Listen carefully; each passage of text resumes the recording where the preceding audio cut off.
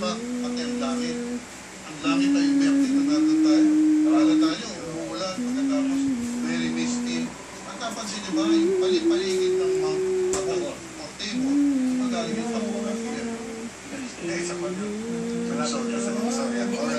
Puno-puno ng mist. Halos hindi mo makikita yung kaibigan mo dahil puno-puno siya ng mist eh. Pagkatapos, nakuha na ang thumbs up. napansin ko pa, napakaraming puno na sa amin.